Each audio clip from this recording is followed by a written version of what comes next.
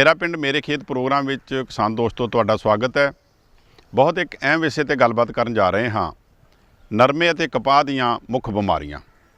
और इस विषय ते गलबात करन वास्ते साडे दरम्यान पहुँचे ने डॉक्टर अशोक कुमार जी, जो खेतरी खोज केंद्र फरीदकोट विखे सेवा निभा रहे हैं। सो तुसीं जानते हो कि जो हुण समा चल रहा है साउणी दीआं फसलां दा, इस दे विच ਜਦੋਂ ਆਪਾਂ ਝੋਨੇ ਦੀ ਗੱਲ ਕਰਦੇ ਹਾਂ ਤੇ ਨਾਲ ਮੱਕੀ ਹੋਵੇ ਜਾਂ ਸਾਡੀ ਕਪਾਹ ਹੋਵੇ ਜਾਂ ਨਰਮਾ ਹੋਵੇ, ਉਹਦੀ ਬਿਜਾਈ ਜਿਹੜੀ ਆ ਉਹ ਵੀ ਹੁਣ ਸ਼ੁਰੂ ਹੋ ਚੁੱਕੀ ਹੈ। ਔਰ ਕੀੜੇ ਔਰ ਬਿਮਾਰੀਆਂ ਜਿਹੜੀਆਂ ਉਹਨਾਂ ਦੇ ਹਮਲੇ ਵੀ ਨਾਲ ਹੀ ਸਟਾਰਟ ਹੋ ਜਾਂਦੇ ਨੇ। ਇਸ ਵਾਸਤੇ ਕਿਸਾਨ ਦੋਸਤੋ ਅੱਜ ਵਿਸ਼ੇਸ਼ ਤੌਰ ਤੇ ਪ੍ਰੋਗਰਾਮ ਰੱਖਿਆ ਗਿਆ ਹੈ ਕਿ ਕਿਵੇਂ ਆਪਾਂ ਬੀਜਣ ਤੋਂ ਲੈ ਕੇ ਹੀ ਇਹ ਬਿਮਾਰੀਆਂ ਜਿਹੜੀਆਂ ਨੇ ਇਹਨਾਂ ਦਾ ਹੱਲ ਕਰ ਸਕਦੇ ਹਾਂ। सो डॉक्टर अशोक कुमार जी साडे प्रोग्राम में तुहाडा स्वागत है। सब तो पहला तुसीं साडे किसान भरावां नूं ये दसो कि नरमे दीआं मुख बीमारियां जिहड़ियां ओह किहड़ियां-किहड़ियां हन? नरमे दीआं बीमारियां दी गल करिए तां जिवें आपां सारिआं नूं पता है किसान वीरों कि भी जिहड़ा दक्षिणी पश्चिमी इलाका अपने पंजाब दा, ਉਹਦੇ ਵਿੱਚ ਸੌਣੀ ਰੁੱਤ ਦੀ ਨਰਮਾ ਇੱਕ ਮੁੱਖ ਫਸਲ ਹੈ ਤੇ ਸੌਣੀ ਰੁੱਤ ਦੀ ਹੋਣ ਕਰਕੇ ਇਹਨੂੰ ਕਾਫੀ ਬਿਮਾਰੀਆਂ ਦਾ ਸਾਹਮਣਾ ਕਰਨਾ ਪੈਂਦਾ। ਖਾਸ ਕਰਕੇ ਜਿਵੇਂ ਗੱਲ ਕਰੀਏ ਕਿ ਵੀ ਜਿਹਨੂੰ ਆਪਾਂ ਕਹਿੰਦੇ ਪੱਤਾ ਮਰੋੜ ਜਾਂ ਕਾਟਨ ਲੀਫ ਕਰਲ ਵਾਇਰਸ, ਉਹਦੇ ਬਾਅਦ ਗੱਲ ਕਰੀਏ ਤਾਂ ਜੜ੍ਹਾਂ ਦਾ ਗਲਣਾ ਜਾਂ ਕਈ ਵਾਰ ਉਖੇੜੇ ਦੀ ਸਮੱਸਿਆ ਇਹਦੇ ਵਿੱਚ ਆਉਂਦੀ ਹੈ। ਉਹਦੇ ਨਾਲ ਕਾਫੀ ਤਰੀਕੇ ਦੇ ਧੱਬੇ ਵੀ ਇਹਨੂੰ ਪੈਂਦੇ ਹੈ। ਤੇ ਇੱਕ ਹੋਰ ਜਿਹਨੂੰ ਆਪਾਂ ਬਿਮਾਰੀ ਕਹਿ ਲਈਏ, ਵਿਕਾਰ ਆਪਾਂ ਕਹਿੰਦੇ ਆ ਕਿ ਵੀ ਪੈਰਾਵਿਲਟ ਦੀ ਇਹਦੇ ਵਿੱਚ ਸਮੱਸਿਆ ਆਉਂਦੀ ਹੈ। ਡਾਕਟਰ ਸਾਹਿਬ, ਬਿਮਾਰੀਆਂ ਮੈਨੂੰ ਲੱਗਦਾ ਕਿ ਕਾਫੀ ਤੁਸੀਂ ਦੱਸੀਆਂ ਨੇ ਜਿਹੜੀਆਂ ਵਿਸ਼ੇਸ਼ ਤੌਰ ਤੇ ਨਰਮੇ ਔਰ ਕਪਾਹ ਨੂੰ ਲੱਗਦੀਆਂ। ਜਦੋਂ ਆਪਾਂ ਗੱਲ ਕਰਦੇ ਹਾਂ ਪੱਤੇ ਮਰੋੜ ਦੀ, ਇਹ ਪੱਤਾ ਮਰੋੜ ਕਦੋਂ ਕੁ ਜਿਹੜਾ ਵਾ ਉਹ ਇਸ ਕਾਟਨ ਨੂੰ ਪੈਂਦਾ ਔਰ ਕਿਹੜੀ ਜਾਂ ਸਟੇਜ ਤੇ ਪੈਂਦਾ ਔਰ ਇਸ ਦੇ ਵਿਸ਼ੇਸ਼ ਤੌਰ ਤੇ ਕਾਰਨ ਕਿਹੜੇ ਹੈ? ਤੇ ਦੂਸਰਾ, ਸਾਡੇ ਕਿਸਾਨ ਭਰਾ ਨੂੰ ਕਿਵੇਂ ਪਤਾ ਲੱਗ ਜੇ ਵੀ ਇਹ ਕਿਹੜੀ ਇਹਦੀ ਵਿਸ਼ੇਸ਼ ਨਿਸ਼ਾਨੀ ਆ ਵੀ ਪੱਤਾ ਮੁੜ ਗਿਆ ਵਾ ਜਾਂ ਇਹ ਬਿਮਾਰੀ ਪੈ ਗਈ ਆ, ਤੇ ਤਾਂ ਹੀ ਉਹ ਫਿਰ ਅਗਲਾ ਉਪਾਅ ਜਿਹੜਾ ਉਹ ਕਰੂਗਾ।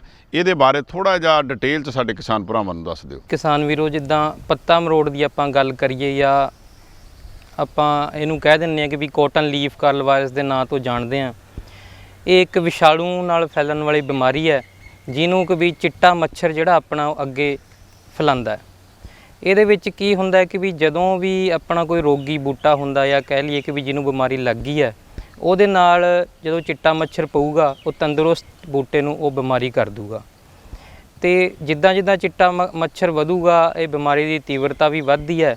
ਤੇ ਜੇ ਗੱਲ ਕਰੀਏ ਜਿਵੇਂ ਕਈ ਕਿਸਾਨ ਵੀਰ ਹੁਣ ਜਿਵੇਂ ਸਮਾਂ ਆਪਣਾ ਬਿਜਾਈ ਦਾ, ਤੇ 15 ਮਈ ਤੱਕ ਆਪਾਂ ਸਿਫਾਰਿਸ਼ ਹੈ ਕਿ ਵੀ ਪੰਜਾਬ ਐਗਰੀਕਲਚਰ ਯੂਨੀਵਰਸਿਟੀ ਸਿਫਾਰਿਸ਼ ਕਰਦੀ ਹੈ ਕਿ ਵੀ 15 ਮਈ ਤੱਕ ਆਪਾਂ ਬੀਜ ਲਈਏ ਨਰਮਾ। ਪਰ ਫਿਰ ਵੀ ਐਤਕੀ ਥੋੜ੍ਹੀ ਜਿਹੀ ਪਾਣੀ ਦੀ ਸਮੱਸਿਆ ਰਹੀ ਹੈ, ਉਹਦੇ ਕਰਕੇ ਥੋੜ੍ਹੀ ਜਿਹੀ ਆਪਣੀ ਫਸਲਾਂ ਜਿਹੜੀ ਨਰਮੇ ਦੀਆਂ ਲੇਟ ਹੋ ਗਈਆਂ ਤੇ ਉਹਦੇ ਵਿੱਚ ਇਹ ਬਿਮਾਰੀ ਆਉਣ ਦੀ ਸੰਭਾਵਨਾ ਥੋੜ੍ਹੀ ਜ਼ਿਆਦਾ ਹੋ ਜਾਂਦੀ ਹੈ।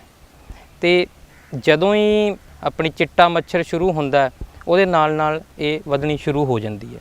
ਜਦੋਂ ਆਪਾਂ ਗੱਲ ਕਰਦੇ ਨਿਸ਼ਾਨੀਆਂ ਦੀ ਹਮੇਸ਼ਾ ਕਿਸਾਨ ਵੀਰ ਅਸੀਂ ਕਹਿੰਦੇ ਹਾਂ ਕਿ ਵੀ ਜਦੋਂ ਆਪਾਂ ਬਿਜਾਈ ਕਰਤੀ ਹੈ ਉਹਦੇ ਬਾਅਦ ਜੂਨ ਦੇ ਅਖੀਰਲੇ ਹਫਤੇ ਤੋਂ ਬਾਅਦ ਤੁਸੀਂ ਫਸਲਾਂ ਦਾ ਆਪਾਂ ਨਿਰੀਖਣ ਸ਼ੁਰੂ ਕਰ ਦਿਓ। ਜਦੋਂ ਤੁਹਾਨੂੰ ਨਜ਼ਰ ਆਵੇ ਕਿ ਵੀ ਪੱਤੇ ਦੇ ਹੇਠਲੇ ਪਾਸਿਓਂ ਆਪਣੀ ਨਾੜਾਂ ਮੁੜਨੀਆਂ ਸ਼ੁਰੂ ਹੋ ਜਾਂਦੀਆਂ, ਨਾੜਾਂ ਜਿਹੜੀਆਂ ਮੋਟੀਆਂ ਹੋਣੀਆਂ ਸ਼ੁਰੂ ਹੋ ਜਾਂਦੀਆਂ, ਉਹ ਹੌਲੀ ਮੋਟੀ ਹੋ ਕੇ ਆਪਣੇ ਜਿਹੜੇ ਪੱਤੇ ਆ ਉਹ ਕੋਲੀ ਦੇ ਆਕਾਰ ਦੇ ਹੋ ਜਾਂਦੇ। ਕਈ ਵਾਰੀ ਉੱਤੇ ਨੂੰ ਪੱਤੇ ਮੁੜ ਜਾਂਦੇ, ਕਈ ਵਾਰੀ ਥੱਲੇ ਨੂੰ ਮੁੜ ਜਾਂਦੇ ਆ। ਤੇ ਕੋਲੀ ਦਾ ਆਕਾਰ ਜਿਹੜਾ ਹੈ ਕਿ ਵੀ ਇਹਦੀ ਨਿਸ਼ਾਨੀ ਹੈ। ਇਹਦੇ ਨਾਲ ਕਈ ਵਾਰੀ ਪੱਤੇ ਦੇ ਥੱਲੜੇ ਪਾਸੇ ਇੱਕ ਛੋਟਾ ਜਿਹਾ ਪੱਤਾ ਵੀ ਨਜ਼ਰ ਆਉਂਦਾ ਆਪਾਂ ਨੂੰ। ਉਹ ਕਿਸਾਨ ਵੀਰੋ ਇਹਦਾ ਬਿਲਕੁਲ ਟਿਪੀਕਲ ਲੱਛਣ ਹੈ ਕਿ ਵੀ ਇਹ ਕਾਟਨ ਲੀਫ ਕਰਲ ਹੀ ਹੈ।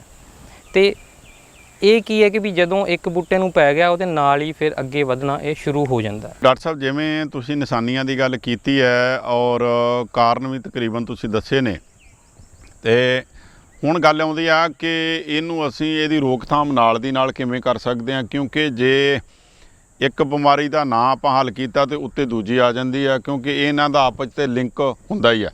ਸੋ ਰੋਕਥਾਮ ਕਰਨ ਵਾਸਤੇ ਥੋੜ੍ਹਾ ਜਿਹਾ ਇਹ ਵੀ ਜ਼ਰੂਰ ਨਾਲ ਵਿੱਚ ਦੱਸ ਦਿਓ ਕਿ ਜ਼ਰੂਰੀ ਆ ਕਿ ਦਵਾਈ ਦੇ ਨਾਲ ਹੀ ਇਹਦੀ ਰੋਕਥਾਮ ਹੋਣੀ ਆ, ਕੋਈ ਹੋਰ ਤਰੀਕਾ ਵੀ ਹੈਗਾ ਜੇ ਸਰਵਪੱਖੀ ਕੋਈ ਪ੍ਰਬੰਧ ਕਰ ਲਈਏ ਇਹੋ ਜਿਹਾ ਕਿ ਜਿਹਦਾ ਸਾਨੂੰ ਉਹ ਤੋਂ ਆਪਾਂ ਬਚ ਸਕੀਏ? ਇਸ ਬਿਮਾਰੀ ਦਾ ਹੱਲ ਇਹੀ ਹੈ ਕਿ ਵੀ ਆਪਾਂ ਇਹਨੂੰ ਸਰਵਪੱਖੀ ਪ੍ਰਬੰਧ ਨਾਲ ਇਹਨੂੰ ਹੱਲ ਕਰੀਏ। ਖਾਸ ਕਰਕੇ ਜਿਵੇਂ ਪਹਿਲਾਂ ਵੀ ਪੰਜਾਬ ਐਗਰੀਕਲਚਰ ਯੂਨੀਵਰਸਿਟੀ ਨੇ ਸਿਫਾਰਿਸ਼ ਕੀਤਾ ਹੈ। ਸਭ ਤੋਂ ਪਹਿਲਾਂ ਬਿਜਾਈ ਵੇਲੇ ਤੋਂ ਆਪਾਂ ਨੂੰ ਧਿਆਨ ਰੱਖਣਾ ਪਊਗਾ ਕਿ ਵੀ ਪੰਜਾਬ ਐਗਰੀਕਲਚਰ ਯੂਨੀਵਰਸਿਟੀ ਖੇਤੀਬਾੜੀ ਮਹਿਕਮਾ ਸਭ ਤੋਂ ਪਹਿਲਾਂ ਸਿਫਾਰਿਸ਼ ਕਰਦੀ ਹੈ ਕਿਸਾਨ ਵੀਰਾਂ ਨੂੰ ਕਿ ਵੀ ਜਿਹੜੇ ਸਿਫਾਰਿਸ਼ ਕੀਤੇ ਬੀਜ ਹੈ ਉਹੀ ਤੁਸੀਂ ਬੀਜੋ। ਉਹਦੀ ਲਿਸਟ ਹਮੇਸ਼ਾ ਚੰਗੀ ਖੇਤੀ ਵਿੱਚ ਜਾਂ ਜਿੰਨੇ ਵੀ ਆਪਣੇ ਅਖਬਾਰ ਪਬਲਿਸ਼ ਹੁੰਦੇ ਆ ਉਹਦੇ ਥਰੂ ਕਿਸਾਨ ਵੀਰਾਂ ਤੱਕ ਉਹ ਲਿਸਟ ਪਹੁੰਚਦੀ ਰਹਿੰਦੀ ਹੈ। ਤੇ ਸਭ ਤੋਂ ਪਹਿਲਾ ਨੁਕਤਾ ਤਾਂ ਇਹੀ ਹੈ ਕਿ ਵੀ ਜਿਹੜੀ ਸਿਫਾਰਿਸ਼ ਕੀਤੀਆਂ ਕਿਸਮਾਂ ਉਹੀ ਬੀਜੋ। ਉਹਦੇ ਬਾਅਦ ਜਿਹੜਾ ਆਲਾ ਦੁਆਲਾ ਹੈ ਉਹ ਬਹੁਤ ਜ਼ਰੂਰੀ ਹੈ, ਖੇਤਾਂ ਦਾ ਆਲਾ ਦੁਆਲਾ ਆਪਾਂ ਸਾਫ਼ ਕਰੀਏ ਕਿਉਂਕਿ ਇਹ ਜਿਹੜਾ ਵਿਸ਼ਾਣੂ ਆ ਇਹ ਸਰਦੀਆਂ ਦੇ ਵਿੱਚ ਕੀ ਕਰਦਾ ਕਿ ਵੀ ਜਿੰਨੇ ਵੀ ਆਲੇ ਦੁਆਲੇ ਪਾਸੇ ਨਦੀਨ ਹੁੰਦੇ ਆ, ਖਾਸ ਕਰਕੇ ਪੀਲੀ ਬੂਟੀ ਹੋ ਗਈ, ਕੰਘੀ ਬੂਟੀ ਹੋ ਗਈ, ਇੱਟ ਸਿੱਟ ਹੋ ਗਈ ਜਾਂ ਕਹਿ ਲਈਏ ਗਾਜਰ ਘਾਹ ਹੋ ਗਏ, ਉਹਨਾਂ ਵਿੱਚ ਇਹ ਆਪਣਾ ਨਿਵਾਸ ਕਰਦਾ ਹੈ ਜਦੋਂ ਆਫ ਸੀਜ਼ਨ ਹੁੰਦਾ। ਤੇ ਜਦੋਂ ਵੀ ਅਗਲੀ ਫਸਲ ਆਊਗੀ ਉਹ ਉੱਥੋਂ ਆਪਣੇ ਨਰਮੇ ਨੂੰ ਪੈ ਜਾਂਦਾ ਹੈ। ਤੇ ਆਲਾ ਦੁਆਲਾ ਖਾਸ ਕਰਨਾ ਬਹੁਤ ਜ਼ਰੂਰੀ ਹੈ ਕਿ ਵੀ ਜਿੰਨੇ ਵੀ ਨਦੀਨ ਹੈ ਕੋਸ਼ਿਸ਼ ਕਰੀਏ ਆਪਾਂ ਉਹਨਾਂ ਨੂੰ ਸਾਫ਼ ਕਰੀਏ। ਉਹਦੇ ਬਾਅਦ ਗੱਲ ਆਉਂਦੀ ਹੈ ਕਿ ਬਿਜਾਈ ਦੀ। ਜਦੋਂ ਬਿਜਾਈ ਕਰਨੀ ਹੈ ਤਾਂ ਇਹ ਵੀ ਜ਼ਰੂਰ ਧਿਆਨ ਰੱਖੋ ਕਿ ਵੀ ਉਹਦੇ ਜਿਹੜੇ ਆਪਣੇ ਬਾਗ ਹੈ, ਖਾਸ ਕਰਕੇ ਨਿੰਬੂ ਜਾਤੀ ਦੇ ਬਾਗ ਹੈ, ਉਹਨਾਂ ਦੇ ਆਲੇ ਦੁਆਲੇ ਜਾਂ ਜਿੱਥੇ ਭਿੰਡੀਆਂ ਦੇ ਖੇਤ ਆਪਣੇ ਉੱਥੇ ਕੋਸ਼ਿਸ਼ ਕਰੀਏ ਕਿ ਵੀ ਨਰਮੇ ਦੀ ਬਿਜਾਈ ਆਪਾਂ ਨਾ ਕਰੀਏ। ਫਿਰ ਜਦੋਂ ਗੱਲ ਆਪਾਂ ਕਰਦੇ ਹਾਂ ਅੱਗੇ ਕਿ ਵੀ ਇਹ ਤਾਂ ਹੋ ਗਏ ਆਪਣੇ ਮਕੈਨੀਕਲ ਢੰਗ ਕਿ ਵੀ ਆਪਾਂ ਆਪਣੇ ਤਰੀਕੇ ਨਾਲ ਇਹਨੂੰ ਕਰ ਸਕਦੇ ਹਾਂ ਸੈੱਟ। ਉਹਦੇ ਬਾਅਦ ਕੁਛ ਆਪਣੀਆਂ ਦਵਾਈਆਂ ਵੀ ਨੇ, ਖਾਸ ਕਰਕੇ ਕਿਉਂਕਿ ਜਦੋਂ ਆਪਾਂ ਗੱਲ ਕੀਤੀ ਹੈ ਕਿ ਵੀ ਇਹ ਜਿਹੜਾ ਵਿਸ਼ਾਣੂ ਹੈ ਇਹ ਫੈਲਦਾ ਹੈ ਕਿ ਵੀ ਚਿੱਟੇ ਮੱਛਰ ਨਾਲ, ਜਾਂ ਦੇਸੀ ਭਾਸ਼ਾ 'ਚ ਕਹਿ ਲਈਏ ਕਿ ਇੱਕ ਤਰੀਕੇ ਦਾ ਜ਼ੁਕਾਮ ਹੈ ਜਿਹੜਾ ਇੱਕ ਰੋਗੀ ਨੂੰ ਆ ਗਿਆ ਫਿਰ ਤੰਦਰੁਸਤ ਨੂੰ ਜਾਊਗਾ। ਉਹਦੇ ਵਾਸਤੇ ਆਪਾਂ ਚਿੱਟੇ ਮੱਛਰ ਨੂੰ ਆਪਾਂ ਨੂੰ ਮੈਨੇਜ ਕਰਨਾ ਹੈ। ਤੇ ਉਹ ਪੀਏਯੂ ਨੇ ਬੜਾ ਵਧੀਆ ਤਰੀਕਾ ਐਤਕੀ ਦੱਸਿਆ ਕਿ ਵੀ ਸ਼ੁਰੂਆਤ ਵਿੱਚ ਤੁਸੀਂ ਕੀ ਕਰਨਾ ਕਿ ਵੀ ਇੱਕ ਨਿੰਮ ਦਾ ਐਕਸਟ੍ਰੈਕਟ ਵੀ ਆਪਾਂ ਯੂਜ਼ ਕਰ ਸਕਦੇ ਹਾਂ। ਬੜੇ ਦੇਸੀ ਤਰੀਕੇ ਨਾਲ ਆਪਾਂ ਘਰ ਉਹਨੂੰ ਤਿਆਰ ਕਰ ਸਕਦੇ ਹਾਂ। ਸਿਰਫ ਕੀ ਕਰਨਾ, ਨਿੰਮ ਦੇ ਅਗਲੇ ਪਾਸੇ ਜਿਹੜੇ ਟੂਸੇ ਹੁੰਦੇ ਆ ਉਹ ਤੋੜਨੇ ਆ। ਉਹਦੇ ਵਿੱਚ ਆਪਾਂ ਪੱਤੇ ਵੀ ਹੋਣਗੇ, ਥੋੜ੍ਹੀਆਂ ਨਿੰਬੋਲੀਆਂ ਵੀ ਹੋਣਗੀਆਂ। ਉਹ ਸਾਰਾ 4 ਕਿਲੋ ਲੈ ਕੇ ਟੂਸੇ ਤੇ ਉਹਨੂੰ ਆਪਾਂ 10 ਲੀਟਰ ਪਾਣੀ ਦੇ ਵਿੱਚ ਅੱਧਾ ਘੰਟੇ ਲਈ ਉਬਾਲਣਾ ਤੇ ਉਬਾਲ ਕੇ ਉਹਨੂੰ ਚੰਗੀ ਤਰ੍ਹਾਂ ਪਤਲੇ ਕੱਪੜੇ ਨਾਲ ਛਾਣ ਕੇ ਤੇ 1200 ml ਪ੍ਰਤੀ ਲੀਟਰ ਦੇ ਕਿੱਲੇ ਦੇ ਹਿਸਾਬ ਨਾਲ ਆਪਾਂ ਸਪਰੇਅ ਕਰਕੇ ਸ਼ੁਰੂਆਤ ਦੇ ਵਿੱਚ ਆਪਾਂ ਚਿੱਟੇ ਮੱਛਰ ਨੂੰ ਕੰਟਰੋਲ ਕਰ ਸਕਦੇ ਹਾਂ।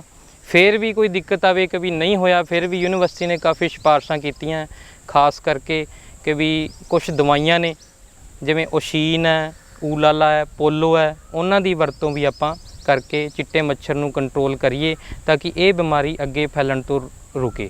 ਸਭ ਤੋਂ ਜ਼ਰੂਰੀ ਧਿਆਨ ਇਹ ਰੱਖਣਾ ਹੈ, ਕਿਸਾਨ ਵੀਰਾਂ ਨੂੰ ਪਹਿਲਾਂ ਵੀ ਕਿਹਾ ਗਿਆ ਨਿਰੀਖਣ ਕਰਦੇ ਰਹੋ ਖੇਤਾਂ ਦਾ। ਨਿਰੀਖਣ ਕਰਦੇ ਸਮੇਂ ਤੁਹਾਨੂੰ ਜੇ ਨਜ਼ਰ ਆਵੇ ਕੋਈ ਬੂਟਾ, ਜਿਹੜੀ ਨਿਸ਼ਾਨੀਆਂ ਆਪਾਂ ਦੱਸੀਆਂ ਕਿ ਵੀ ਪੱਤੇ ਉਹਦੇ ਕੱਪਾਂ ਵਰਗੇ ਹੋ ਗਏ, ਕੋਲੀਆਂ ਵਰਗੇ ਹੋ ਗਏ, ਨਾੜਾਂ ਇਕੱਠੀਆਂ ਹੋ ਗਈਆਂ, ਤੇ ਉਹਨੂੰ ਆਪਾਂ ਕੀ ਕਰਨਾ, ਪਹਿਲਾਂ ਹੀ ਪੁੱਟ ਕੇ ਕਿਤੇ ਦਬਾ ਦਿਓ ਤਾਂ ਕਿ ਉਹ ਬਿਮਾਰੀ ਰੋਗੀ ਬੂਟੇ ਤੋਂ ਅਗਲੇ ਬੂਟੇ ਨੂੰ ਨਾ ਜਾਵੇ। ਤੇ ਇਸ ਤਰੀਕੇ ਨਾਲ ਬੜੇ ਆਸਾਨੀ ਨਾਲ ਆਪਾਂ ਇਸ ਬਿਮਾਰੀ ਨੂੰ ਕਾਬੂ ਵਿੱਚ ਲਿਆ ਸਕਦੇ ਹਾਂ। ਸੋ ਡਾਕਟਰ ਸਾਹਿਬ, ਜਿਵੇਂ ਇਹ ਗੱਲ ਕੀਤੀ ਹੈ ਤੁਸੀਂ, ਇਸ ਤੋਂ ਅੱਗੇ ਆਉਂਦਾ ਹੈ ਕਿ ਕੀ ਆਪਾਂ ਜਦੋਂ ਬੀਜਣਾ ਵਾ ਉਦੋਂ ਵੀ ਕੋਈ ਦਵਾਈ ਇਹਦੇ ਬੀਜ ਨੂੰ ਵੀ ਲਗਾ ਸਕਦੇ ਹਾਂ ਜਿਹਦੇ ਨਾਲ ਅੱਗੇ ਫਿਰ ਇਸ ਤਰ੍ਹਾਂ ਦੀ ਕੋਈ ਪ੍ਰੋਬਲਮ ਨਾ ਆਵੇ, ਇਹੋ ਜਿਹੀ ਮੁਸ਼ਕਲ ਨਾ ਆਵੇ ਕਿ ਪੱਤਾ ਮਰੋੜ ਦੀ ਬਿਮਾਰੀ ਨਾ ਆਵੇ। ਕੋਈ ਮਤਲਬ ਜਦੋਂ ਆਪਾਂ ਲਗਾਉਣ ਲੱਗੇ ਹਾਂ ਉਦੋਂ ਕੋਈ ਦਵਾਈ ਲਾ ਦਈਏ, ਇਹੋ ਜਿਹਾ ਵੀ ਕੋਈ ਹੈਗਾ ਸਿਸਟਮ ਤੁਹਾਡੇ ਕੋਲ? ਨਹੀਂ, ਕਿਉਂਕਿ ਬਾਕੀ ਤਾਂ ਜ਼ਿਆਦਾਤਰ ਇਲਾਕੇ ਦੇ ਵਿੱਚ ਆਪਣਾ ਬੀਟੀ ਨਰਮੇ ਦੀ ਕਾਸ਼ਤ ਹੁੰਦੀ ਆ, ਉਹ ਆਲਰੇਡੀ ਟ੍ਰੀਟਡ ਹੀ ਆਉਂਦਾ। ਮੋਸਟਲੀ ਜਿੰਨਾ ਵੀ ਆਪਣਾ ਸੀਡ ਹੈ ਉਹਦੀ ਦਵਾਈ ਹੈਗੀ, ਪੀਏ ਨੂੰ ਵੀ ਸਿਫਾਰਿਸ਼ ਕੀਤੀ ਵੀ ਦਵਾਈਆਂ, ਥਾਇਓਮੈਥਾਕਸਾਮ ਦਵਾਈ ਹੈ, ਉਹਦੇ ਨਾਲ ਆਪਾਂ ਕਰ ਸਕਦੇ ਹਾਂ। ਪਰ ਜਿੰਨਾ ਵੀ ਬੀਟੀ ਨਰਮੇ ਦਾ ਸੀਡ ਕਿਸਾਨ ਭਰਾ ਲੈਂਦੇ ਆ ਉਹ ਆਲਰੇਡੀ ਟ੍ਰੀਟਡ ਹੁੰਦਾ ਤੇ ਉਹਦੇ ਵਿੱਚ ਦਵਾਈ ਲਾਉਣ ਦੀ ਲੋੜ ਨਹੀਂ ਪਈ। ਸੋ ਦੂਸਰਾ ਡਾਕਟਰ ਸਾਹਿਬ, ਜਿਹੜੀ ਗੱਲ ਤੁਸੀਂ ਕੀਤੀ ਸੀ ਬਿਮਾਰੀ ਦੀ ਕਿ ਜੜ੍ਹਾਂ ਦਾ ਗਲਣਾ ਔਰ ਜਾਂ ਉਖੇੜਾ ਕਹਿ ਲਓ, ਤੇ ਉਹਦੇ ਵੀ ਕੀ ਮੇਜਰ ਕਾਰਨ ਉਹਦੇ ਕੀ ਹੋ ਸਕਦੇ ਨੇ ਔਰ ਉਹਦਾ ਆਪਾਂ ਨੂੰ ਕਿਵੇਂ ਪਤਾ ਲੱਗ ਜਾਵੇ ਕਿ ਬੂਟਾ ਸੁੱਕ ਜਾਂਦਾ, ਜਾਂ ਕਿਸ ਤਰ੍ਹਾਂ ਪਤਾ ਲੱਗ ਜਾਵੇ ਉਹਦੀ ਮੇਨ ਨਿਸ਼ਾਨੀ ਜਿਹੜੀ ਕੀ ਆ ਔਰ ਉਹਦਾ ਕਾਰਨ ਕੀ ਆ ਔਰ ਕਿਵੇਂ ਆਪਾਂ ਉਹਦੀ ਜਿਹੜੀ ਆ ਰੋਕਥਾਮ ਕਰ ਸਕਦੇ ਹਾਂ? ਇਹਦੇ ਬਾਰੇ ਥੋੜ੍ਹਾ ਜਿਹਾ ਸਾਡੇ ਵਿਸਤਾਰ ਦੇ ਨਾਲ ਸਾਡੇ ਕਿਸਾਨ ਭਰਾਵਾਂ ਨੂੰ ਦੱਸਿਓ। ਜਿਵੇਂ ਹੁਣ ਗੱਲ ਚੱਲਦੀ ਹੈ ਕਿ ਵੀ ਜੜ੍ਹਾਂ ਗਲ ਗਈਆਂ ਜੀ ਜਾਂ ਫਿਰ ਉਖੇੜੇ ਦੀ ਗੱਲ ਕਰੀਏ, ਪਹਿਲਾਂ ਗੱਲ ਆਪਾਂ ਸ਼ੁਰੂ ਕਰਦੇ ਹਾਂ ਜੜ੍ਹਾਂ ਦੇ ਗਲਣ ਦੀ। ਇਹ ਖਾਸ ਕਰਕੇ ਉਦੋਂ ਆਉਂਦੀ ਸ਼ੁਰੂਆਤ ਵਿੱਚ ਆਪਾਂ ਨੂੰ ਪ੍ਰੋਬਲਮ ਆਉਂਦੀ ਬਿਜਾਈ ਦੇ ਬਾਅਦ। ਤੇ ਇਹਦਾ ਇਹ ਜਿਹੜਾ ਰੋਗ ਹੈ ਇੱਕ ਉੱਲੀ ਕਰਕੇ ਹੁੰਦਾ। ਇਹ ਉੱਲੀ ਜਿਹੜੀ ਆਪਣੀ ਕਿ ਬੀਜ ਰਾਹੀਂ ਵੀ ਜਾਂਦੀ ਹੈ ਤੇ ਪੁਰਾਣੇ ਜਿਹੜੇ ਆਪਣੇ ਖੇਤਾਂ ਦੇ ਵਿੱਚ ਪਹਿਲਾਂ ਦੀ ਫਸਲਾਂ ਦੇ ਜਿਹੜੇ ਅਵਸ਼ੇਸ਼ ਰਹਿ ਜਾਂਦੇ ਆ ਉਹਨਾਂ ਤੋਂ ਵੀ ਇਹ ਉੱਲੀ ਖੇਤਾਂ ਦੇ ਵਿੱਚ ਪਈ ਰਹਿੰਦੀ ਹੈ। ਤੇ ਬਿਲਕੁਲ ਸਿੰਪਲ ਨਿਸ਼ਾਨੀ ਹੈ ਇਹਦੀ, ਜਦੋਂ ਵੀ ਜੜਾਂ ਦਾ ਗਲਣਾ ਸ਼ੁਰੂ ਹੋਊਗਾ ਤੁਸੀਂ ਬੂਟੇ ਨੂੰ ਪੱਟੋਗੇ ਜ਼ਮੀਨ ਵਿੱਚੋਂ, ਆਰਾਮ ਨਾਲ ਪੱਟਿਆ ਜਾਊਗਾ ਉਹ। ਤੇ ਜਦੋਂ ਆਪਾਂ ਦੇਖਾਂਗੇ ਉਹਦੇ ਜੜਾਂ ਦੇ ਆਲੇ ਦੁਆਲੇ ਵਾਲੀ ਜਿਹੜੀ ਤਵਚਾ ਹੈ ਉਹਦੀ, ਯਾਨੀ ਉਹ ਬਾਹਰਲੀ ਝਿੱਲੀ ਕਹਿ ਲਓ ਉਹਨੂੰ, ਉਹ ਬਿਲਕੁਲ ਐਂ ਲੱਗਦੀ ਜਿਵੇਂ ਨੈੱਟ ਬਣਿਆ ਹੋਵੇ ਇੱਕ। ਤੇ ਇਸ ਤਰੀਕੇ ਨਾਲ ਇਹ ਜਿਹੜੀ ਉੱਲੀ ਹੈ ਜ਼ਮੀਨ ਵਿੱਚ ਹੀ ਰਹਿੰਦੀ ਹੈ। ਇਹਦਾ ਆਪਾਂ ਕੀ ਕਰ ਸਕਦੇ ਹਾਂ ਕਿ ਵੀ ਜੀ, ਕਿਉਂਕਿ ਇਹ ਜ਼ਮੀਨ ਦੀ ਉੱਲੀ ਹੈ ਤੇ 3-4 ਸਾਲ ਕੋਸ਼ਿਸ਼ ਕਰੀਏ ਕਿ ਉਸ ਖੇਤ ਦੇ ਵਿੱਚ ਆਪਾਂ ਕਰੋਪ ਰੋਟੇਸ਼ਨ ਜਾਂ ਦੂਜੀ ਕੋਈ ਫਸਲ ਉਹਦੇ ਹੇਠ ਲੈ ਕੇ ਆਈਏ ਆਪਾਂ। ਤੇ ਜਦੋਂ ਗੱਲ ਕਰਦੇ ਹਾਂ ਆਪਾਂ ਉਖੇੜੇ ਦੀ, ਇਹ ਖਾਸ ਕਰਕੇ ਪ੍ਰੋਬਲਮ ਆਉਂਦੀ ਹੈ ਆਪਣੀ ਦੇਸੀ ਕਪਾਹ ਨੂੰ। ਦੇਸੀ ਦੀ ਖਾਸ ਬਿਮਾਰੀ ਹੈ, ਇਹ ਵੀ ਇੱਕ ਉੱਲੀ ਦਾ ਰੋਗ ਹੀ ਹੈ ਜੀ। ਇਹ 'ਚ ਕੀ ਹੁੰਦਾ, ਉਹੀ ਬੀਜ ਦੇ ਰਾਹੀਂ ਜਾਂ ਜ਼ਮੀਨ ਦੇ ਵਿੱਚ ਪਹਿਲਾਂ ਦੇ ਅਵਸ਼ੇਸ਼ ਪਏ ਹੁੰਦੇ ਆ, ਉਹਨਾਂ ਦੇ ਦੁਆਰਾ ਇਹ ਫੈਲਦੀ ਹੈ। ਤੇ ਇਹਦੀ ਨਿਸ਼ਾਨੀ ਦੀ ਜਦੋਂ ਗੱਲ ਕਰੀਏ ਕਿਸਾਨ ਵੀਰਾਂ ਨੂੰ ਦੱਸੀਏ ਕਿ ਵੀ ਆਪਾਂ ਪੱਤੇ ਮੁਰਝਾਣੇ ਸ਼ੁਰੂ ਹੁੰਦੇ ਆ, ਪਹਿਲਾਂ ਥੋੜ੍ਹੇ ਪੀਲੇ ਪੈ ਜਾਂਦੇ ਆ, ਹੌਲੀ ਹੌਲੀ ਉਹ ਮੁਰਝਾਣੇ ਸ਼ੁਰੂ ਹੁੰਦੇ ਆ। ਇਹ ਉੱਲੀ ਕੀ ਕਰਦੀ, ਜੜਾਂ ਦੇ ਰਾਹੀਂ ਬੂਟੇ 'ਤੇ ਅਟੈਕ ਕਰਦੀ ਹੈ। ਜਿੱਦਾਂ ਹੀ ਉੱਲੀ ਵਿੱਚ ਜਾਊਗੀ, ਇਹਨੇ ਕੀ ਕਰ ਦੇਣਾ ਕਿ ਵੀ ਬੂਟੇ ਦੀ ਨਾੜਾਂ ਨੂੰ ਬਲੌਕ ਕਰ ਦੇਣਾ। ਯਾਨੀ ਜਦੋਂ ਬੂਟੇ ਦਾ ਆਪਣਾ ਪਾਣੀ ਆਉਣਾ ਬੰਦ ਹੋ ਗਿਆ, ਜਾਂ ਕਹਿ ਲਓ ਕਿ ਵੀ ਉਹਦਾ ਪੋਸ਼ਣ ਮਿਲਣਾ ਹੀ ਬੰਦ ਹੋ ਗਿਆ, ਉਹ ਹੌਲੀ ਹੌਲੀ ਬੂਟਾ ਫਿਰ ਸੁੱਕਣ ਲੱਗ ਜਾਂਦਾ। ਕਈ ਵਾਰੀ ਆਪਾਂ ਦੇਖਦੇ ਹਾਂ ਬੂਟਾ ਇੱਕ ਪਾਸਿਓਂ ਅੱਧਾ ਸੁੱਕਾ ਹੁੰਦਾ ਹੈ, ਇੱਕ ਪਾਸਿਓਂ ਅੱਧਾ ਸਹੀ ਹੁੰਦਾ ਹੈ। ਤੇ ਇਹ ਇਹਦੀ ਮੁੱਖ ਨਿਸ਼ਾਨੀਆਂ ਹੈ ਕਿ ਵੀ ਹੌਲੀ ਹੌਲੀ ਬੂਟਾ ਸੁੱਕੂਗਾ। ਜੜਾਂ ਤੇ ਇਹਦੇ ਜ਼ਿਆਦਾ ਫਰਕ ਨਹੀਂ ਕਿ ਵੀ ਉਸ ਤਰੀਕੇ ਨਾਲ ਜੜਾਂ ਗਲਣ ਵਿੱਚ ਤਾਂ ਕਿਸੇ ਬੂਟਾ ਆਰਾਮ ਨਾਲ ਆਪਾਂ ਪੱਟ ਸਕਦੇ ਹਾਂ, ਇਹਦੇ ਵਿੱਚ ਇੰਟੈਕਟ ਰਹੂਗੀ ਜੜ। ਤੇ ਇਹਦਾ ਵੀ ਹੱਲ ਉਹੀ ਹੈ, ਅਸੀਂ ਕਿਸਾਨ ਵੀਰਾਂ ਨੂੰ ਬੇਨਤੀ ਕਰਾਂਗੇ ਜਿੱਥੇ ਦੇਸੀ ਦੇ ਖੇਤ ਵਿੱਚ ਇਹ ਪ੍ਰੋਬਲਮ ਆਉਂਦੀ ਹੈ, ਉੱਥੇ ਜਿਹੜੀ PAU ਦੀ ਸਿਫਾਰਿਸ਼ ਕੀਤੀ ਕਿਸਮਾਂ ਨੇ LD 949 ਹੈ, LD 1019 ਹੈ, ਇਹ ਕਿਸਮਾਂ ਆਪਾਂ ਬਿਜਾਈ ਕਰੀਏ, ਇਹਦੇ ਨਾਲ ਇਹ ਟੱਕਰਾ ਕਰ ਸਕਦੀਆਂ। ਜੇ ਕਿਸਾਨ ਵੀਰਾਂ ਨੂੰ ਫਿਰ ਵੀ ਦਿੱਕਤ ਆਉਂਦੀ ਹੈ ਤੇ ਅਸੀਂ ਇਹੀ ਸਿਫਾਰਿਸ਼ ਕਰਦੇ ਹਾਂ ਕਿ ਵੀ ਉਸ ਖੇਤ ਵਿੱਚ ਤੁਸੀਂ ਨਰਮਾ ਬੀਜ ਲਓ, ਕਿਉਂਕਿ ਨਰਮੇ ਨੂੰ ਇਹ ਬਿਮਾਰੀ ਬਹੁਤ ਘੱਟ ਪੈਂਦੀ ਹੈ, ਨਹੀਂ ਵੀ ਪੈਂਦੀ ਹੈ। ਤੇ ਇਸ ਤਰੀਕੇ ਨਾਲ ਇਹ ਬਿਮਾਰੀ ਦਾ ਆਪਾਂ ਹੱਲ ਕਰ ਸਕਦੇ ਹਾਂ। ਬੜੀ ਚੰਗੀ ਗੱਲ ਹੈ ਕਿ ਜਦੋਂ ਵੀ ਇਹ ਬਿਮਾਰੀ ਦਾ ਪਤਾ ਲੱਗਦਾ ਵਾ ਕਿਸਾਨ ਭਰਾਵੋ, ਉਦੋਂ ਹੀ ਭਾਵੇਂ ਆਪਣੇ ਨੇੜੇ ਦੇ ਸਾਡੇ ਖੇਤਰੀ ਖੋਜ ਕੇਂਦਰ ਹੋਵੇ ਜਾਂ ਸਾਡਾ ਕ੍ਰਿਸ਼ੀ ਵਿਗਿਆਨ ਕੇਂਦਰ ਹੋਵੇ ਜਾਂ ਖੇਤੀਬਾੜੀ ਵਿਭਾਗ ਹੋਵੇ, ਉਹਦੇ ਨਾਲ ਵੀ ਤੁਸੀਂ ਰਾਬਤਾ ਕਾਇਮ ਕਰ ਸਕਦੇ ਹੋ। ਸੋ ਡਾਕਟਰ ਸਾਹਿਬ, ਇੱਕ ਤੁਸੀਂ ਬਿਮਾਰੀ ਦੱਸੀ ਸੀ ਪੱਤਿਆਂ ਦੇ ਧੱਬੇ, ਸੋ ਉਹਦੇ ਬਾਰੇ ਵੀ ਥੋੜ੍ਹਾ ਜਿਹਾ ਸਾਡੇ ਕਿਸਾਨ ਭਰਾਵਾਂ ਨੂੰ ਦੱਸ ਦਿਓ, ਕਿਉਂਕਿ ਫਸਲ ਜਦੋਂ ਇੱਕ ਵਾਰ ਬੀਜ ਲੈਂਦੇ ਆ ਫਿਰ ਉਹਨਾਂ ਨੂੰ ਐਂ ਹੁੰਦਾ ਕਿ ਇਹਦਾ ਪੂਰਾ ਝਾੜ ਜਿਹੜਾ ਉਹ ਮਿਲਣਾ ਚਾਹੀਦਾ। ਦੂਸਰੀ ਗੱਲ ਇਹ ਆ ਕਿ ਮੌਸਮ ਜਿਹੜਾ ਵਾ ਉਹ ਵੀ ਕਦੇ ਤਾਂ ਬਿਲਕੁਲ ਆ, ਦੇਖੋ ਮਈ ਦੇ ਵਿੱਚ ਹੁਣ ਮੌਸਮ ਜਿਹੜਾ ਵਾ ਉਹ ਠੰਡਾ ਜਿਹਾ ਹੋ ਜਾਂਦਾ ਤੇ ਪ੍ਰੈਡਿਕਸ਼ਨ ਆਉਣ ਲੱਗੀ ਕਿ ਬਹੁਤ ਮੀਂਹ ਵੀ ਬਹੁਤ ਜ਼ਿਆਦਾ ਪੈਣਾ। ਸੋ ਇਹਨਾਂ ਦੇ ਹਾਲਾਤਾਂ ਦੇ ਵਿੱਚ ਇਹੋ ਜਿਹੀਆਂ ਬਿਮਾਰੀਆਂ ਜਿਹੜੀਆਂ ਉਹ ਵੀ ਆ ਜਾਂਦੀਆਂ। ਸੋ ਇਹਦੇ ਬਾਰੇ ਵੀ, ਪੱਤਿਆਂ ਦੇ ਧੱਬੇ ਬਾਰੇ ਵੀ ਜ਼ਰੂਰ ਥੋੜ੍ਹੀ ਜਿਹੀ ਜਾਣਕਾਰੀ ਸਾਨੂੰ ਦੇ ਦਿਓ। ਇਹ ਬਹੁਤ ਜ਼ਰੂਰੀ ਹੈ, ਕੋਈ ਵੀ ਬਿਮਾਰੀ ਹੋਵੇ ਕਿ ਵੀ ਉਹਦੇ ਵਿੱਚ ਮੌਸਮ ਦਾ ਸਭ ਤੋਂ ਅਹਿਮ ਰੋਲ ਹੈ।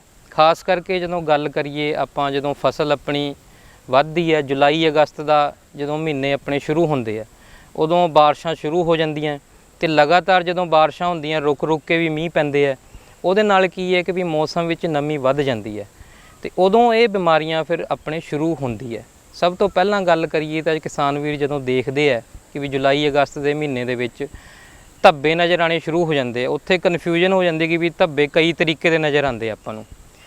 ਤੇ ਜੇ ਗੱਲ ਕਰੀਏ ਧੱਬਿਆਂ ਦੀ, ਇਹ ਵੀ ਇੱਕ ਉੱਲੀ ਦਾ ਰੋਗ ਆ ਜਿਹੜਾ ਬੀਜ ਦੇ ਰਾਹੀਂ ਤੇ ਆਪਣੀ ਰਹਿੰਦ ਖੂੰਹਦ ਦੇ ਰਾਹੀਂ ਇਹ ਫੈਲਦਾ। ਤੇ ਇਹਦੇ ਵਿੱਚ ਖਾਸ ਤੌਰ ਤੇ ਦੇਖਣ ਦੀ ਗੱਲ ਇਹੀ ਹੈ ਕਿ ਵੀ ਜਦੋਂ ਧੱਬੇ ਸ਼ੁਰੂ ਹੋ ਗਏ, ਤੁਸੀਂ ਦੇਖੋ ਤੁਹਾਨੂੰ ਇੱਕ ਜਾਮਣੀ ਰੰਗ ਦਾ ਧੱਬਾ ਨਜ਼ਰ ਆਊਗਾ ਉੱਥੇ, ਕਿ ਵੀ ਬਾਰਡਰ ਜਿਹੜਾ ਉਹ ਧੱਬੇ ਦਾ ਜਾਮਣੀ ਰੰਗ ਦਾ ਨਜ਼ਰ ਆਊਗਾ। ਇੱਕ ਮਾਇਰੋਥੀਸ਼ੀਅਮ ਉੱਲੀ ਹੁੰਦੀ ਹੈ, ਉਹਦੇ ਕਰਕੇ ਬਣਦਾ। ਥੋੜ੍ਹੇ ਦਿਨਾਂ ਬਾਅਦ ਉਹ ਧੱਬਾ ਵਿਚਕਾਰੋਂ ਕੀ ਹੋਊਗਾ, ਕਾਲੇ ਰੰਗ ਦਾ ਟਿਮਕਣਾ ਵੀ ਤੁਹਾਨੂੰ ਨਜ਼ਰ ਆਊਗਾ। ਤੇ ਇੱਕ ਮਾਇਰੋਥੀਸ਼ੀਅਮ ਉੱਲੀ ਹੈ, ਉਹਦੇ ਕਰਕੇ ਹੁੰਦਾ। ਉਹਦੇ ਬਾਅਦ ਜਿੱਦਾਂ ਜਿੱਦਾਂ ਦਿਨ ਵੱਧਦੇ ਆ, ਇੱਕ ਅਲਟਰਨੇਰੀਆ ਉੱਲੀ ਵੀ ਹੁੰਦੀ ਹੈ, ਉਹ ਵੀ ਬੇਢੰਗੇ ਜਿਹੇ ਧੱਬੇ ਬਣਾਉਂਦੀ ਹੈ। ਤੇ ਉਹ ਧੱਬਿਆਂ ਦੇ ਵਿੱਚ ਜਦੋਂ ਤੁਸੀਂ ਧਿਆਨ ਨਾਲ ਦੇਖੋਗੇ, ਬਿਲਕੁਲ ਗੋਲ ਗੋਲ ਧਾਰੀਆਂ ਬਣੀਆਂ ਹੋਣੀਆਂ, ਜਿਵੇਂ ਟਾਰਗੇਟ ਬੋਰਡ ਆਪਾਂ ਕਹਿ ਦਿੰਦੇ ਆ, ਉਸ ਤਰੀਕੇ ਦੀ ਧਾਰੀਆਂ ਤੁਹਾਨੂੰ ਨਜ਼ਰ ਆਉਣਗੀਆਂ। ਬਿਲਕੁਲ। ਤੇ ਕਈ ਵਾਰ ਆਪਾਂ ਦੇਖਦੇ ਹਾਂ ਪੱਤਿਆਂ ਦੇ ਵਿੱਚ ਮੋਰੀ ਹੋ ਗਈ ਹੈ ਕਿ ਵੀ ਇਸ ਤਰੀਕੇ ਦਾ, ਉਹ ਇੱਕ ਸਰਕੋਸਪੋਰਾ ਉੱਲੀ ਹੁੰਦੀ ਹੈ ਆਪਣੀ। ਉਹ ਕੀ ਕਰਦੀ ਹੈ, ਜਦੋਂ ਉਹਦੇ ਵਿੱਚ ਬਿਲਕੁਲ ਸ਼ੁਰੂਆਤ ਦੇ ਵਿੱਚ ਤਾਂ ਬਾਹਰੋਂ ਭੂਰਾ ਨਜ਼ਰ ਆਊਗਾ ਧੱਬਾ ਤੁਹਾਨੂੰ, ਉਹਦੇ ਬਾਅਦ ਚਿੱਟਾ ਹੋ ਜਾਊਗਾ। ਫਿਰ ਜਦੋਂ ਹਵਾ ਚੱਲੂਗੀ ਤਾਂ ਉਹ ਵਿਚਕਾਰੋਂ ਉਹ ਜਿਹੜੀ ਪਰਤ ਆ ਉਹਦੀ ਟੁੱਟ ਜੂਗੀ ਤੇ ਐਂ ਲੱਗੂਗਾ ਤੁਹਾਨੂੰ ਕਿ ਵੀ ਇਹ ਮੋਰੇ ਹੋ ਗਏ ਉਹਦੇ ਵਿੱਚ। ਤੇ ਇਸ ਤਰੀਕੇ ਨਾਲ ਇਹ 3-4 ਤਰੀਕੇ ਦੇ ਧੱਬੇ ਆਪਣੇ ਇੱਥੇ ਆਉਂਦੇ ਆ। ਤੇ ਕਿਸਾਨ ਵੀਰਾਂ ਨੂੰ ਬੇਨਤੀ ਇਹੀ ਹੈ ਕਿ ਵੀ ਲਗਾਤਾਰ ਨਿਰੀਖਣ ਕਰਦੇ, ਜਦੋਂ ਵੀ ਤੁਹਾਨੂੰ ਨਜ਼ਰ ਆਉਣ ਇਹ ਧੱਬੇ, ਉਦੋਂ ਕੀ ਕਰਨਾ ਕਿ ਵੀ ਯੂਨੀਵਰਸਿਟੀ ਨੇ ਸਿਫਾਰਿਸ਼ ਕੀਤੀ ਹੈ ਇੱਕ ਦਵਾਈ ਐਮੀਸਟਾਰ ਟੋਪ, ਉਹ 200 ml ਦਵਾਈ 200 ਲੀਟਰ ਪਾਣੀ ਦੇ ਵਿੱਚ ਮਿਲਾ ਕੇ ਆਪਾਂ ਸਪਰੇਅ ਕਰ ਸਕਦੇ ਹਾਂ। ਜੇ ਫੇਰ ਵੀ ਲੱਗੇ ਦਿੱਕਤ ਹੈ ਤਾਂ 15 ਦਿਨਾਂ ਬਾਅਦ ਆਪਾਂ ਇੱਕ ਸਪਰੇਅ ਉਹਦਾ ਹੋਰ ਕਰ ਸਕਦੇ ਹਾਂ। ਤੇ ਖਾਸ ਕਰਕੇ ਕਿਸਾਨ ਵੀਰਾਂ ਨੇ ਧਿਆਨ ਇਹ ਰੱਖਣਾ ਹੈ ਕਿ ਦਵਾਈ ਦੀ ਮਿਕਦਾਰ ਜਿਹੜੀ ਸਿਫਾਰਿਸ਼ ਕੀਤੀ ਹੈ ਉਸ ਹਿਸਾਬ ਨਾਲ ਕਰੋ ਕਿ ਵੀ 200 ml ਦਵਾਈ 200 ਲੀਟਰ ਪਾਣੀ। ਕਈ ਵਾਰ ਕਿਸਾਨ ਵੀਰ ਕੀ ਕਰਦੇ ਕਿ ਵੀ ਪਾਣੀ ਬਚਾਉਣ ਦੇ ਚੱਕਰ ਦੇ ਵਿੱਚ ਦਵਾਈ ਵੱਧ ਪਾ ਦਿੰਦੇ ਆ, ਫਿਰ ਉਹਦਾ ਅਸਰ ਉਨਾ ਵਧੀਆ ਨਹੀਂ ਹੁੰਦਾ।